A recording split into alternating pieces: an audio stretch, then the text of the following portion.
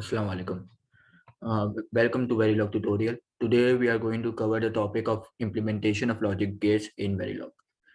Logic gates are the basic building blocks in any digital design. Some of the basic logic gates which we study are AND gates, OR gates, NOR gates, XOR gates, and NAND gates, and so on. These are some basic logic gates which we use in our digital logic design to build our digital circuits. So today we are going to perform how we are going to code design our AND gate in Verilog language. So let's start with the basic theory of how the AND gates work. Okay, first let me erase all of this.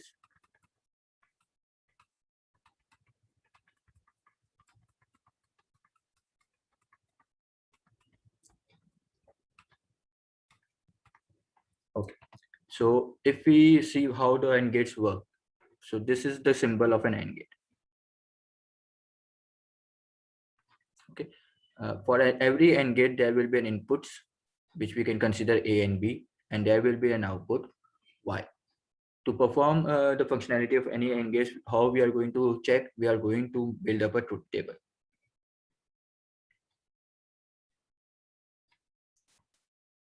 Okay.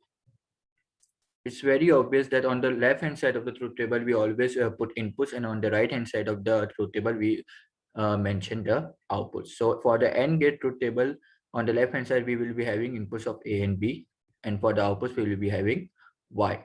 So the possible combinations we can configure are number 1, 0, 0. When both our inputs are 0, we know that the AND gate's Boolean equation is A dot B. It is basically a dot product of both two numbers. So when we will going to perform a dot product on A and B, when both are zeros, so we know that the output will be a 0. Okay, going for the second input, if we change the inputs of A, it will be a 0, but we will change B into 1. So 0, 1, the dot product will be 0. Third input will be 1, 0. When we are going to perform a dot product, the answer will be again 0.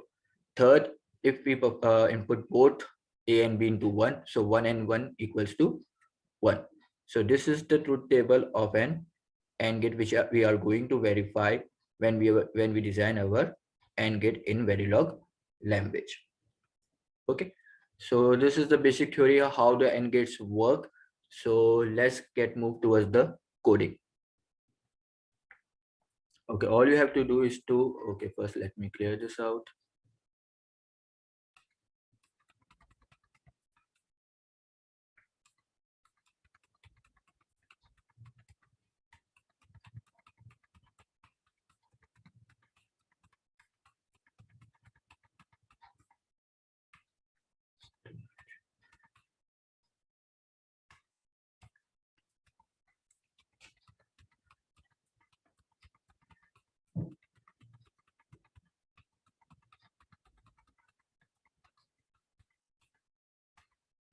Okay, perfect. Okay, I hope that you have already installed the software which we have mentioned in video 1, so you are ready to go. First, what we have to do is to build up a new folder. So, okay, from now on, I will be changing my language to Urdu, so it will be very much easier to get yourself understands. ठीक है, तो सबसे पहले आपको क्या करना है कि आपको ओपन फोल्डर पे जाना है. ओपन फोल्डर पे जाके you have to make a new folder. ठीक है, basically we are performing gates, so I will name this folder as a gates. All you have to do when you create a folder, आप उसको अपने Visual Studio Code के अंदर open कर सकते हैं. डेफिनेटली आपसे परमिशन मांगेगा, do you trust the author's? Yes, it's your laptop, so you definitely trust your authors. ठीक है, तो अगर आपके पास यहाँ देखें तो आपके पास एक गेट का फोल्डर बना हुआ आएगा. All now we have to do, we have to design our logic gates. तो सबसे पहले हम क्या करते हैं कि हम एक फाइल बना लेते हैं by clicking on a new file tab. ठीक है, आप उस फाइल को आप नाम देंगे, यकीनन it can be anything. So for the sake of the simplicity हम इसको नाम दे देते हैं design dot B, which shows के भाई ये जो हमारी फाइल है वो हमारे डिजाइन की फाइल है. अच्छा, जैसे अभी हमने डायग्राम्स देखी थी कि इन एंड गेट हमारे पास 2 इनपुट्स होते हैं और 1 आउटपुट होते हैं. तो वेरिलॉग के अंदर आपकी कोडिंग के अंदर हम जो भी अपना कोड करते हैं वो हम एक मॉड्यूलर फॉर्म में कोडिंग करते हैं। बेसिकली हम इसको मॉड्यूलर कोडिंग भी कह सकते हैं। तो सबसे पहले हम क्या करते हैं कि हम अपने वेरिलॉग के अंदर एक मॉड्यूल डिक्लेयर करते हैं कि भाई ये हम जो भी कोडिंग कर रहे हैं या जो भी अपना डिज़ाइन बना रहे हैं वो इस पर्टिकुलर मॉड्यूल से लिंक होगा या इस पर्टिकुलर मॉड्यूल के अंदर इसकी फंक्शनैलिटी डिफाइन की गई होगी। तो अभी हमने इस मॉड्यूल का कीवर्ड यूज़ किया कि भाई मॉड्यूल यहाँ से स्टार्ट हो रहा है। उसके बाद आप उसके मॉड्यूल का कोई एक नाम रखते हैं, ठीक है। यकीनन वो नाम आपके डिज़ाइन से या आपके सर्किट से या जो भी आप चीज़ बना रहे हैं उससे लिंक होगा। अभी हम गेट्स डिज़ाइन कर रहे हैं तो ऑल वी हैव, हम उसको क्या नाम दे देते हैं, मॉड्यूल गेट का नाम दे देते हैं। उसके बाद आपके पास हम उनके पैरेंथेसिस आते हैं जिसमें हम पोर्ट लिस्ट को डिफाइन करते हैं कि भाई आपके इस मॉड्यूल के या इस डिज़ाइन के कितने पोर्ट्स होंगे या उनकी लिस्ट क्या होगी, ठीक है। तो अगर हम देखें, हमने जैसे अभी डायग्राम बनाई थी कि उसके एंड गेट के अंदर आपके पास 2 इनपुट्स होते हैं और एक आउटपुट होता है। तो यकीनन हम उनको यहाँ पे वेरीफाई मेंशन कर रहे होंगे कि हमारे पास कौन से पोर्ट्स लिस्ट हैं। So A B are my inputs ports and Y is an output ports. तो यहाँ पे मैंने उनको सिर्फ पोर्ट लिस्ट के नाम मेंशन कर दिए हैं कि भाई ये मेरे पोर्ट्स होंगे।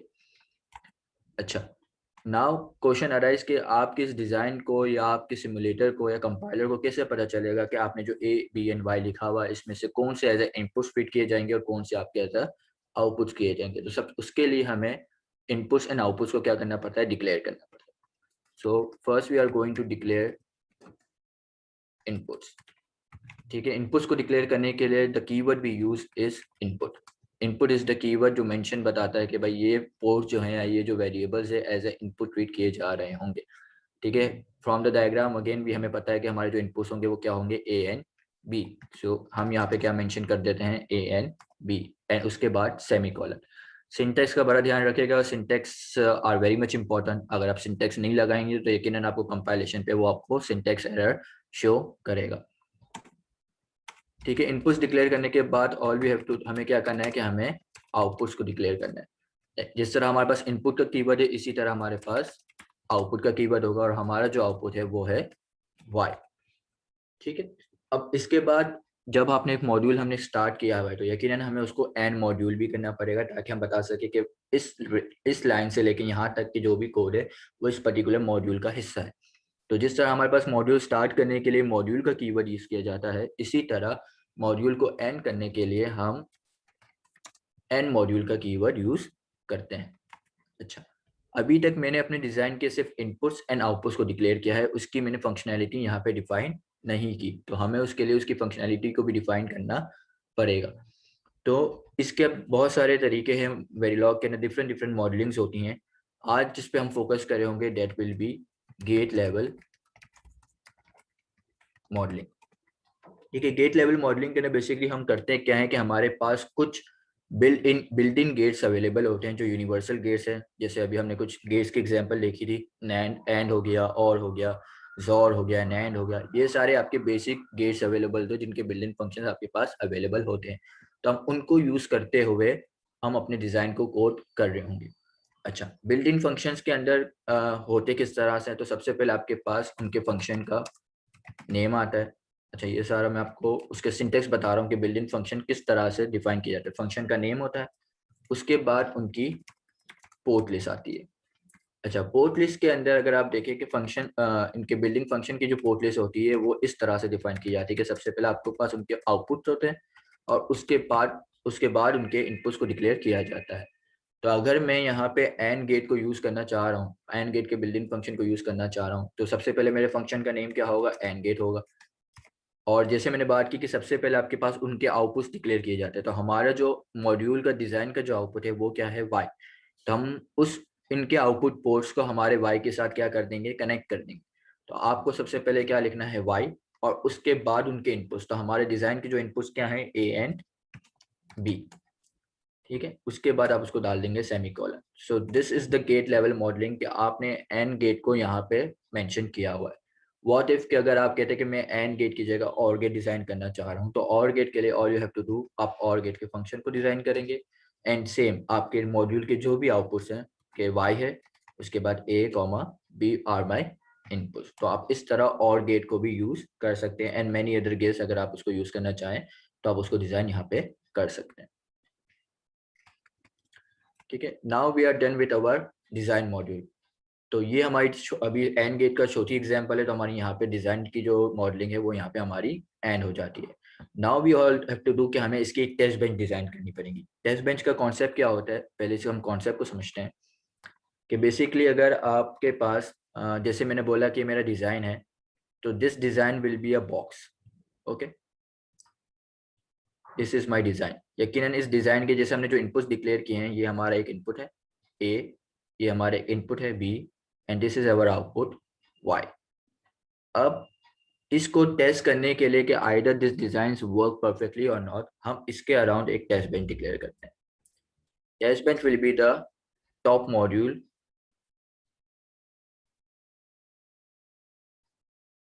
Of my design. Test bench का काम क्या होगा कि उसके अंदर उसके मल्टीपल काम्स होंगे। सबसे एक नंबर वन कि हम उसको अपने डिजाइन के अंदर यहाँ से इनपुट्स प्रोवाइड करेंगे। हमें यकीनन हमने जो ट्रुथ टेबल वेरीफाइड किया था कि एंड गेट का जो ट्रुथ टेबल है, उनके इनपुट्स हम इस टेस्ट बेंच के थ्रू अपने डिजाइन में दे रहे होंगे, और उसका जो आउटपुट है हम उसको यहाँ पे मॉनिटर कर रहे होंगे, नंबर वन। दूसरा काम क्या है कि उसकी टेस्ट बेंच के अंदर आपको अपने डिजाइन जिसको टेस्ट करना है, आपको उसको कॉल करवाना पड़ेगा। जिस तरह आप किसी फंक्शन, बड़े फंक्शन के अंदर छोटे फंक्शंस को कॉल करवाते हैं ताकि उसके ऑपरेशन आप परफॉर्म कर सकें, इसी तरह हम टेस्ट बेंच के अंदर अपने डिजाइन को कॉल करवा रहे होंगे। ये हो गया इसका फंक्शन नंबर 2। थर्ड फंक्शन ये होगा कि वो टेस्ट बेंच का ये काम है कि आपके जो वाई के जो सिग्नल्स आ रहे हैं वो आपको उसको विजुअलाइजेशन वाले फॉर्म में उसको कन्वर्ट करके दे। वो किस तरह से होगा, इसको हम मजीद हम अपनी कोडिंग के अंदर देखते हैं। ठीक है, तो ये बेसिकली हमारा कॉन्सेप्ट है टेस्ट बेंच डिजाइन करने का। Before I move forward, let me erase all of this.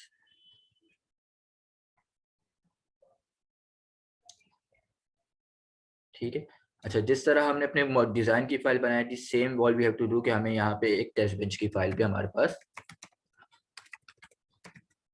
हमें बनानी पड़ेगी। अच्छा, ये जरूर रखिएगा कि आप जो भी वेरिलॉग की फाइल बनाते हैं उसके अंदर हम डॉट वी एक्सटेंशन जरूर लिखते हैं।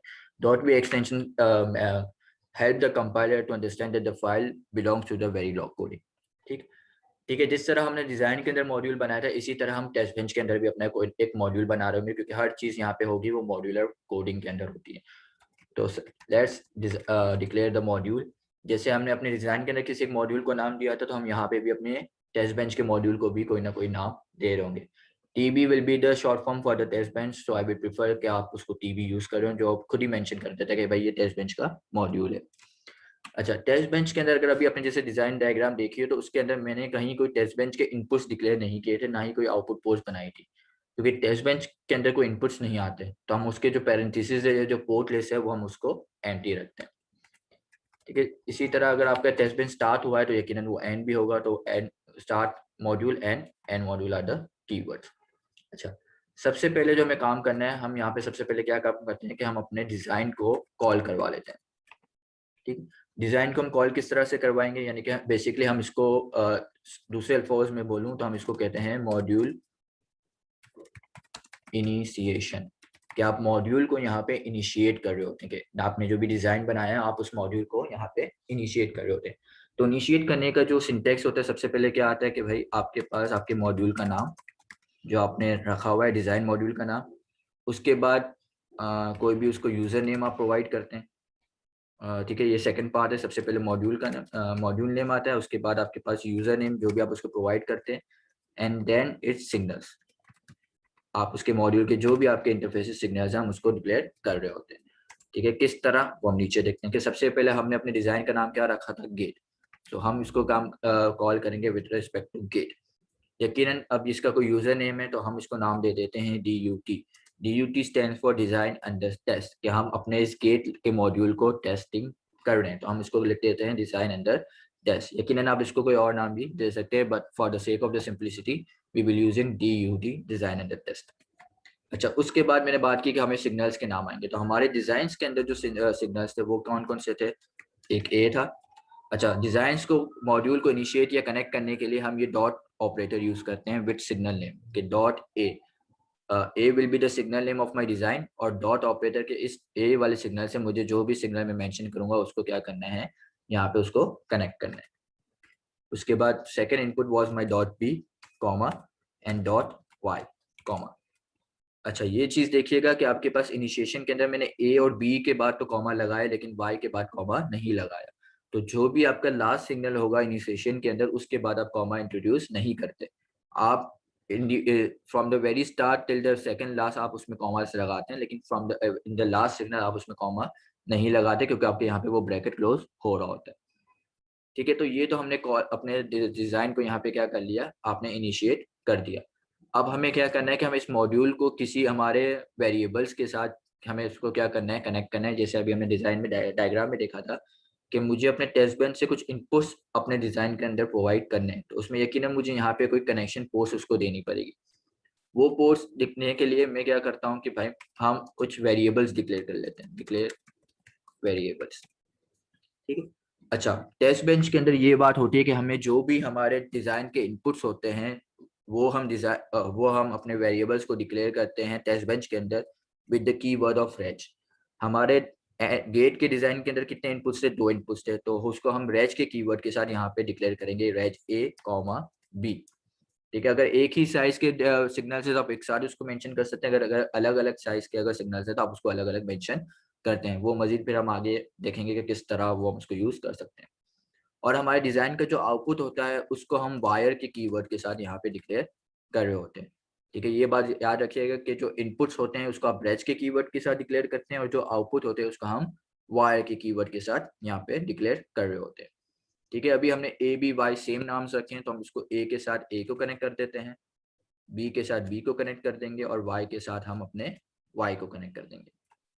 ठीक है, अब आपने वेरिएबल्स को डिक्लेयर कर दिया, आपने अपने मॉड्यूल को इनिशिएट कर दिया। Now the second step is to provide the stimulus. ठीक है, स्टिमुलस का क्या मतलब है कि स्टिमुलस के मैं अपने डिजाइन को डिफरेंट डिफरेंट कॉम्बिनेशंस या वैल्यूज प्रोवाइड करूंगा, जिसके ऊपर मैं उसका बिहेवियर चेक कर रहा हूँ कि किस तरह से बिहेव कर रहा है। तो उसके लिए हम प्रोसीजरल ब्लॉक्स को यूज करते हैं। प्रोसीजरल ब्लॉक्स के अंदर सबसे एक ब्लॉक जो ज्यादा यूज किया जाता है वो होता है इनिशियल ब्लॉक। ठीक है, इनिशियल बेसिकली का मतलब ये है कि आप जैसे नॉर्मल प्रोग्रामिंग लैंग्वेज के अंदर डू वाइल का लूप हम यूज करते हैं, तो डू वाइल का लूप किस तरह परफॉर्म कर रहा होता है कि डू आपके पास एक बार चलता है, उसके बाद वो वाइल की कंडीशन को चेक करता है। इफ दैट गेट्स ट्रू तो वो अगेन उसको फंक्शनैलिटी को चलाता है, वरना तो वो एक ही बार चला के एग्जिट कर जाता है। तो initial begin is something exactly same like do, कि वो आपके पास एक बार हमेशा चलता है when we are running our program. जब भी आप अपने प्रोग्राम को रन करते हैं या सिमुलेट कर रहे होते हैं तो वो हमेशा वंस एट वंस एक ही बार चलता है, तो हम उसको इनिशियल बिगिन के ब्लॉक को वहां पे हम इस्तेमाल करते हैं, जहां पे हमें कोई चीज सिर्फ एक ही बार या वेरी वेरी स्टार्ट हमें उसको चलानी हो। अच्छा, इनिशियल बिगिन के अंदर आप अपने वैल्यूज को हम डिक्लेयर करते हैं, तो हम क्या करेंगे कि भाई ए हमारा इनपुट है, तो यकीनन हमें उसकी कोई वैल्यूज देनी होगी। अच्छा, इसके बाद अभी ये जो सिंटेक्स हम यूज कर रहे हैं कि लेस देन इक्वल्स टू का जो हमने सिंटेक्स यूज किया है वो क्यों यूज किया है वो मजीद आप उसमें देखेंगे। फॉर द अभी हम ये समझ लेते हैं कि हम इसको सिर्फ वेरिएबल को असाइन वैल्यू असाइन करने के लिए इसको हम यहाँ पे यूज कर रहे हैं। ठीक है, अच्छा, अब मुझे ए को कोई वैल्यू असाइन करनी है। आई नो कि मेरा जो ए है वो सिंगल बिट है। ठीक है, तो आप सबसे पहले वैल्यू असाइन करने से पहले आप क्या करते हैं कि आप उसको बताते हैं कि आप जो वैल्यू असाइन कर रहे हैं वो आप उसको कितने बिट्स का वैल्यू असाइन कर रहे हैं। तो we are assigning a single bit number, तो हम उसमें करेंगे 1 कि भाई ये मेरा जो नंबर है वो 1 बिट का है। ऊपर आपके पास प्रोस्टिफी। उसके बाद आप उसको बताएंगे कि किस नंबर सिस्टम से आपका रिलाई करता है, either you are using binary number system, decimal number system, hexadecimal system या octal decimal system. So definitely हम यहाँ पे बाइनरी नंबर सिस्टम को देख रहे हैं, तो हम लिखते हैं B. So 1 bit of binary. ठीक है, अच्छा, अब वैल्यू क्या असाइन करनी है। बाइनरी के अंदर हमें पता है कि सिर्फ 2 पॉसिबल कॉम्बिनेशंस होते हैं, आइदर 0 और either 1। So first combination was according to our truth table was 0 0। तो हम क्या करते हैं कि 1 बिट बाइनरी 0। इसी तरह हमें बी के ऊपर कोई वैल्यू असाइन करनी है, तो हम बी को भी असाइन कर देंगे 1 बिट बाइनरी 0। अच्छा, इनपुट्स देने के बाद यकीनन उसको विजुलाइज करने के लिए मुझे बीच में कोई ना कोई हमें डिले इंट्रोड्यूस करवाना पड़ेगा, ताकि हम कुछ सेकंड्स के बाद अपने जो सेकंड इनपुट देने वो हमें चेंज हो। अगर हम बिना विदाउट डिले अपने इनपुट्स प्रोवाइड करते हैं तो उससे क्या होगा कि आपकी वैल्यूज बार बार ओवरराइट हो जाएगी और आप हर पॉसिबल इनपुट्स के कॉम्बिनेशंस को नहीं देख पाएंगे। सो व्हाट वी डू कि वी इंट्रोड्यूस समथिंग डिले। तो डिले इंट्रोड्यूस करने के लिए हम जो सिंटेक्स यूज करते हैं हैशटैग। बेसिकली वेरिलॉग के अंदर हैशटैग का मतलब होता है कि you are mentioning a delay. अब डिले हमें कितना देना है हम उसके सेकंड्स के ऊपर इसको मेंशन करते हैं, तो right now we are using 100 seconds of delay. कि मैं ये कह रहा हूँ कि आपको 0 0 A और B को प्रोवाइड करना है, उसके बाद you have to wait for 100 seconds, then you have to provide the second input. ठीक है, सेकेंड इनपुट हमारे पास कॉम्बिनेशन क्या होगा, अगर हम सेकेंड कॉम्बिनेशन पे जाएं, पहले हमने 0 0 दी है, सेकेंड कॉम्बिनेशन विल बी 0 1। उसके बाद थर्ड कॉम्बिनेशन पे हम आते हैं तो that will be 1 0, and then fourth combination will be 1 and 1। ठीक है, सिंटेक्स का जरूर ध्यान रखिएगा कि हर एक नंबर्स के बाद हम सेमी कॉलन यहाँ पे जरूर लगा दें, विच टर्मिनेट द कमांड। ठीक है, बेसिकली ये टर्मिनेशन बताते हैं कि भाई आपने जो लॉजिक डिजाइन किए वो यहाँ पे इस पर्टिकुलर लाइन की यहाँ पे टर्मिनेट हो रही है। अगर आप नहीं लगाएंगे तो यकीनन वो आपको सिंटेक्स एरर शो कर रहा होगा। और अगर आप जहाँ पे आप बिगिन यूज कर रहे हैं तो वहाँ को आप उसके बिगिन के बाद उसको एंड करना भी आपको बहुत ज़्यादा लाजमी है, कि आप बता रहे हैं कि भाई ये जो मेरा ब्लॉक है वो यहाँ से शुरू हुआ है और यहाँ तक उसका वो ख़त्म हो रहा है, तो ये हमें मेंशन करना भी ज़रूरी है। तो ये एंड आप ज़रूर लगाइएगा, एंड आप नहीं लगाएंगे तो आपको यकीनन वहाँ पे वो दोबारा सिंटेक्स एरर देना शुरू करेगा। अच्छा, यहाँ तक तो हमने 3 बातें कर ली कि हमने अपने वेरिएबल्स को टेस्ट बेंच पे डिक्लेयर कर लिया, हमने उसके मॉड्यूल को इनिशिएट कर लिया जो हमें टेस्ट करना है, उसको हमें जो प्रोवाइड स्टिमुलस या जो मैं उसके कॉम्बिनेशंस हमें प्रोवाइड करने थे वो हमने यहाँ पे उसको प्रोवाइड कर दिए। अब लास्ट बात ये है कि हमें अपने सारे डिज़ाइन को विजुअलाइजेशन वाले फॉर्म में लाना है कि हम उसको किस तरह से विजुअलाइज कर पाएंगे। तो उसके लिए हम अगेन इनिशियल वाला ब्लॉक यूज़ करते हैं। ठीक है, अच्छा, इनिशियल वाले ब्लॉक के अंदर हमें करना क्या है कि हमें एक फाइल बनानी होगी जिसके अंदर ये सारे वेरिएबल आपके पास मेंशन हो रहे हो। तो उसके लिए हम अपने कीवर्ड यूज करते हैं डम फाइल। ठीक है, डम फाइल क्या करेगा कि आप जो भी फाइल बनाना चाह रहे हैं आप उसको यहाँ पे नाम देते हैं कि भाई मुझे इस नाम की कोई एक डम फाइल बनानी है। जैसे अगर आप नॉर्मल प्रोग्रामिंग के अंदर हम लॉग फाइल बनाते हैं, इसी तरह हम यहाँ पे एक अपनी लॉग या डम फाइल बना रहे होते हैं। उस डम फाइल को हम नाम दे देते हैं dum.vcd। ठीक है, वीसीडी का मतलब ये होता है कि भाई यू आर फुल फॉर्म अगर हम देखें तो हम कहते हैं वैल्यू चेंज डम या वेरिएबल चेंज डम। तो जब भी कोई वेरिएबल या कोई वैल्यू किसी वेरिएबल की वैल्यू चेंज हो तो आपको उसको इस फाइल के अंदर डम करना है।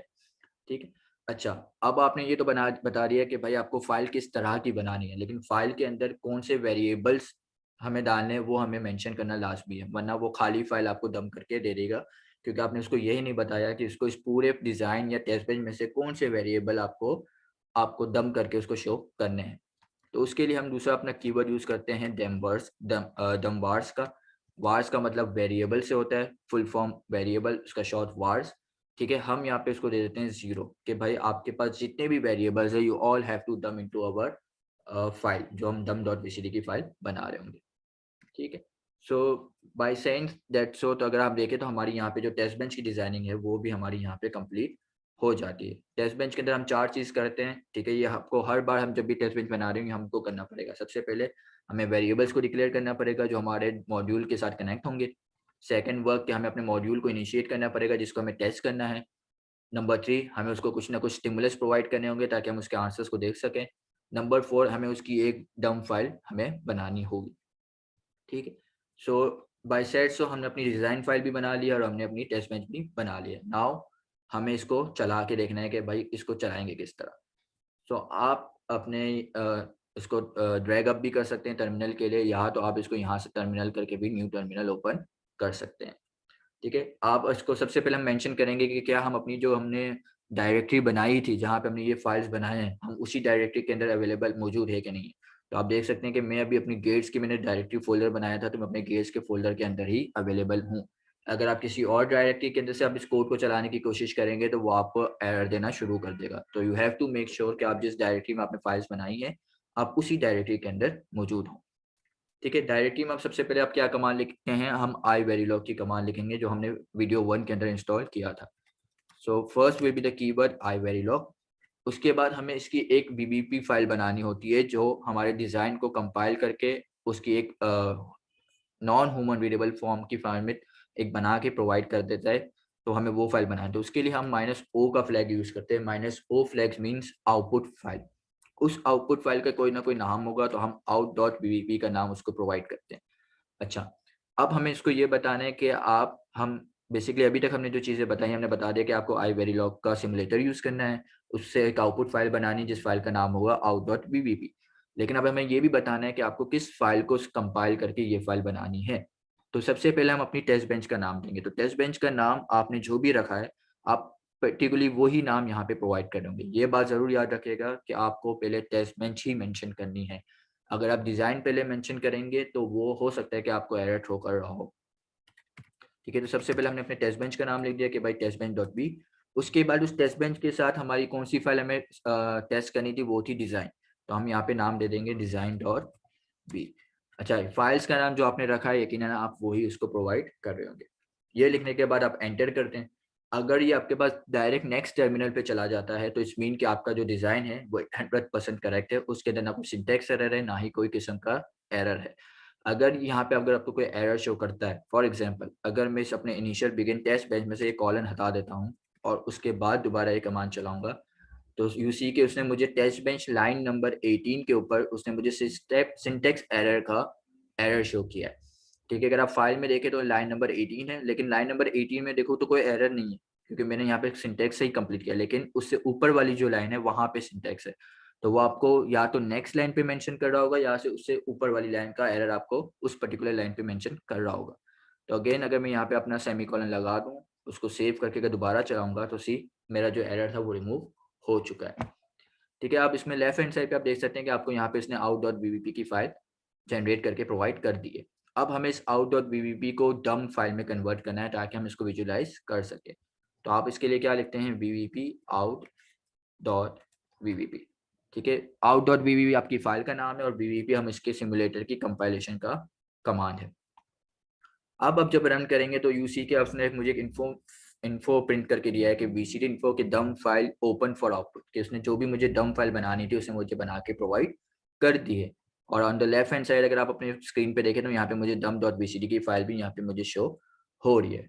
अब मुझे अपनी डम डॉट बीसीडी की फाइल को देखना है कि किस तरह चल रहा है। तो उसके लिए आप यहाँ तो चाहे तो आप यहाँ पे इसी टर्मिनल पे कमांड लिख सकते हैं या आप अपना न्यू टर्मिनल यहाँ से ओपन कर सकते हैं, यानी कि ये प्लस की साइन आपको न्यू टर्मिनल ओपन करके उसी पर्टिकुलर डायरेक्टरी में आपको प्रोवाइड कर देगा। यहाँ पे हम लिखेंगे GTK web. Basically GTK web is a software या विजुअलाइजेशन वाला सॉफ्टवेयर है जो आपको अपनी वेब फॉर्म्स को विजुलाइज करने के लिए हमें हेल्प करता है। आप जब इसको एंटर करेंगे यकीनन आपके पास इस तरह का एक विंडो ओपन होगी। उसमें आपको क्या करना है कि आपको फाइल पे जाना है, ओपन न्यू टैब। आपने जहाँ पे अपनी फाइल्स जो फोल्डर बनाया है आपको वहाँ पे जाके आपकी dum.bcd फाइल को डबल क्लिक करके ओपन करना है। अब आप यहाँ देखें, अगर आप इसको ओपन किया है हमने तो